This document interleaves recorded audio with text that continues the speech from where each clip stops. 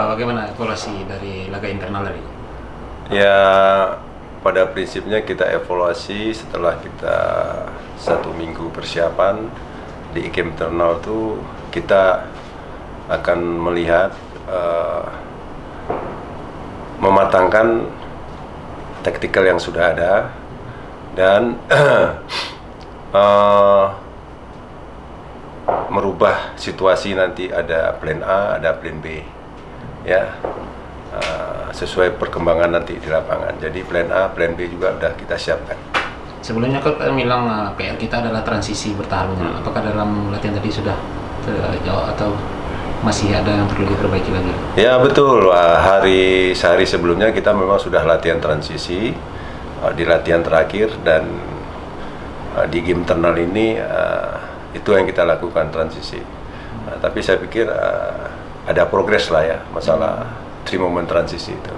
Memang seperti itu. Untuk chemistry bagaimana Pak? Ya ini agak, ya untuk chemistry ya jujur ya ini memang agak sedikit butuh waktu.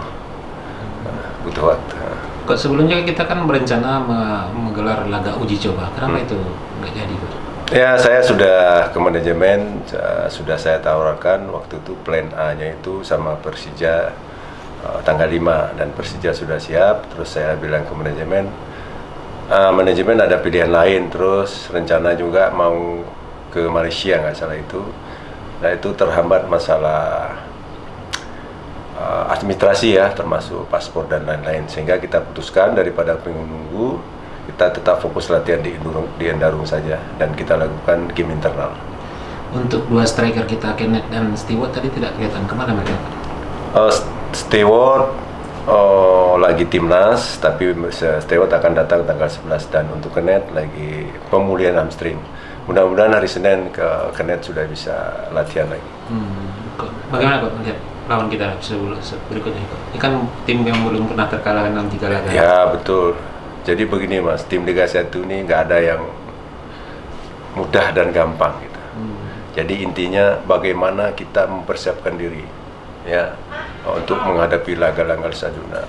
Pasti tim lain juga seperti itu. Jadi tidak ada laga yang mudah dan gampang gitu. Perlu latihan, perlu kerja keras ya, perlu semuanya lah untuk menghadapi game-game selanjutnya itu. Apa kok yang perlu kita waspadai dari Malut ini Kok? Malut memang dia tim baru ya, tapi Malut kita tahu ya, belanja pemainnya luar biasa ya. Pemainnya saya pikir juga cukup mumpuni ya. Tim Malut ini tim yang berproses bagus, karena mereka saya lihat dia sarana prasarana semua juga bagus ya. Jadi yang harus kita waspadai mungkin dia ingin menang sama kita ya. Pastilah, kadang dia 3 kali seri dan alhamdulillah kita 1 kali menang. Dan untuk kita sendiri Semen Padang, bagaimana kita mempertahankan kemenangan itu melawan Malut. Untuk Stewart apakah sudah bisa main ketika melawan Malut nanti Kak? Ya makanya kan istirahatnya, mudah-mudahan dia di timnas tidak cedera. Kalau dia tidak cedera, dia mungkin cuma butuh istirahat aja, karena perjalanan dari negaranya ke Indonesia memakan waktu 2 hari. Seperti itu. Ini kan di laga terakhir kita sudah mulai bagus Kak. Bagaimana kita mempertahankan itu Kak? Ya inilah Mas, jadi ini kan sebetulnya yang harus kita perankan bukan tim aja, stakeholding ya, semua aspek, semua yang terlibat dari Semen Padang, dari manajemen sampai staf pelatih dan pembantu-pembantu umumnya, bagaimana kita mengakomodasi supaya tim ini kondusif, percaya diri sudah mulai kelihatan, dan sedikit-sedikit progres permainan sudah tampak. Yang ini akan kita pertahankan dan akan kita tingkatkan, Mas. Tentunya ini juga butuh support dari manajemennya. Target kita terhadap Malut nih, Kak? Ya, targetnya ya kalau kita bicara target, kita realistis ya, Mas ya. Artinya kita tahu seperti apa Malut dan seperti apa kita. Tapi Mas, di sepak bola itu nggak ada yang tidak mungkin. Tergantung bagaimana kita mempersiapkan diri untuk menghadapi Malut.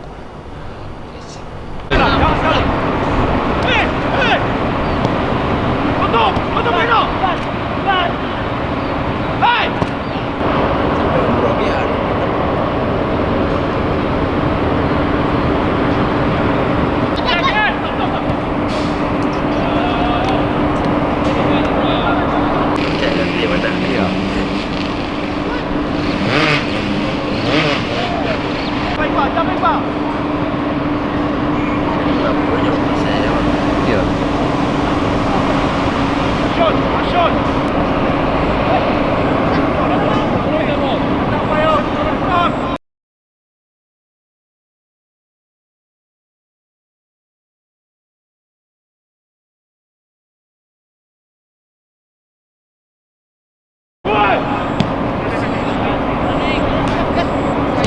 Sore raka-raka internal.